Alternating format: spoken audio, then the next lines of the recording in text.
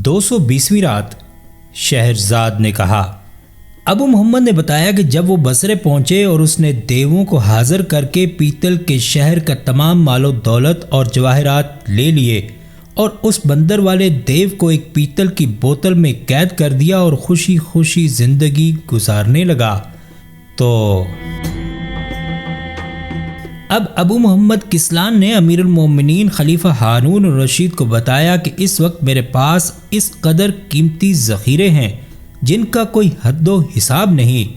اگر تجھے مال و دولت یا کسی اور چیز کی ضرورت ہو تو میں جنات کو حکم دوں گا اور وہ فوراً تیرے پاس لا کر حاضر کر دیں گے، اور یہ سب خدا کی مجھ پر بڑی مہربانی ہے۔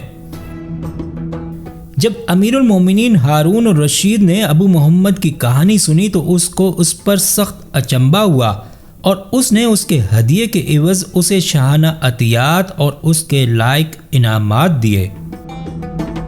جب شہرزاد نے اپنی یہ کہانی ختم کر دی تو بادشاہ شہریار نے کہا کہ تیری یہ کہانی نہایت عجیب و غریب اور دلچسپ ہے، کیا تجھے اس طرح کی کوئی اور کہانی یاد ہے جس سے دل بہلے اور رات کٹے؟ شہرزاد نے کہا کہ ہاں، اگر تو اجازت دے تو میں بیان کرتی ہوں۔ بادشاہ شہریار نے کہا کہ ہاں، تجھے اجازت ہے، بیان کر۔ شہرزاد نے کہا کہ ایک کہانی جو یحییٰ بن خالد برمکی اور منصور کی ہے، اور لوگ اسے یوں بیان کرتے ہیں کہ ایک مرتبہ خلیفہ ہارون الرشید نے ایک سردار کو بلوایا جس کا نام صالح تھا۔ یہ اس وقت کا واقعہ ہے کہ ابھی تک وہ برمکیوں سے ناراض نہیں ہوا تھا۔ جب وہ خلیفہ کے سامنے حاضر ہوا تو ہارون الرشید نے کہا کہ اے صالح، تو منصور کے پاس جا کر کہہ کہ میرے تجھ پر 10 لاکھ درم نکلتے ہیں، میرا حکم ہے کہ فوراً یہ رقم میرے پاس پہنچا دے۔ اور اے صالح، تجھے میں یہ حکم دیتا ہوں کہ اگر اس وقت سے لے کر مغرب تک تجھے رقم نہ ملے تو اس کا سر جسم سے جدا کر دیجیو اور اسے میرے پاس لے آئیو۔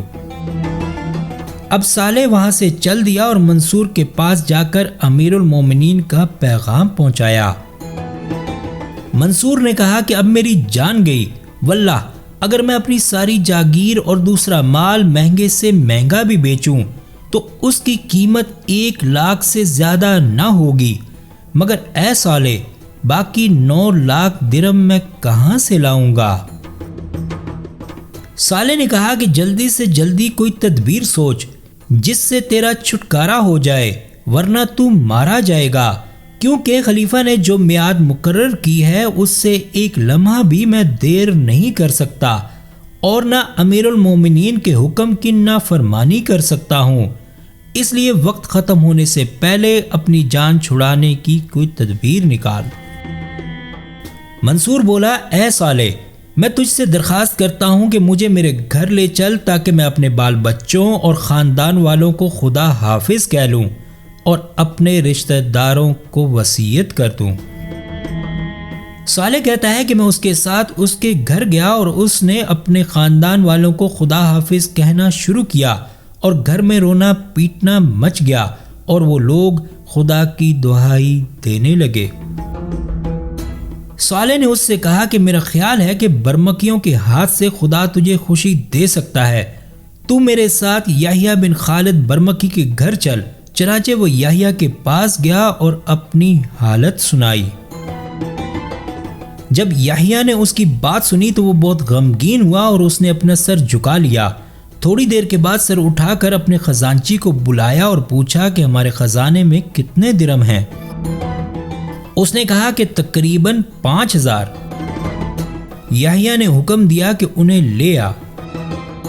اس کے بعد اس نے اپنے بیٹے فضل کے پاس ایک قاصد کو یہ خط دے کر بھیجا کہ ایک ایسی عالی شان جاگیر بکنے کو میرے پاس آئی ہے جو کبھی بنجر نہ ہوگی، کچھ درم میرے پاس بھیج دے۔ اس کے بیٹے فضل نے 10 لاکھ درم بھیج دیے۔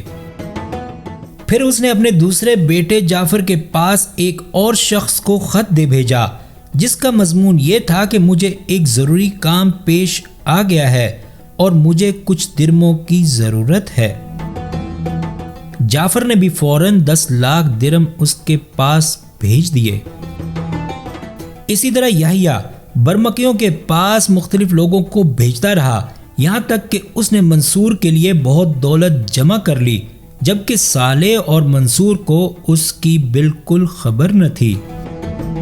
اب منصور نے یحییٰ سے کہا کہ اے میرے مولا، میں نے تیرا دامن پکڑا ہے اور میرے خیال میں تیرے سوا اور کسی سے اتنی رقم نہیں مل سکتی، کیونکہ تو سخاوت کا عادی ہے، لہٰذا میرا باقی قرضہ اتار دے اور مجھے اپنا زر خرید بندہ بنا لے۔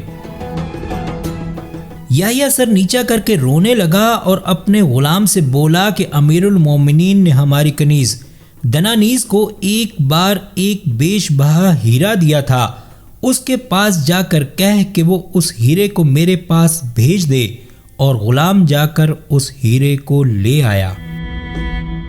یحییٰ نے منصور سے کہا، میں نے یہ ہیرا امیر المومنین کے لیے تاجروں سے 2 لاکھ دینار میں خریدا تھا، اور اس نے میری کنیز دنانیز کو بخش دیا جو عود بجانے والی ہے۔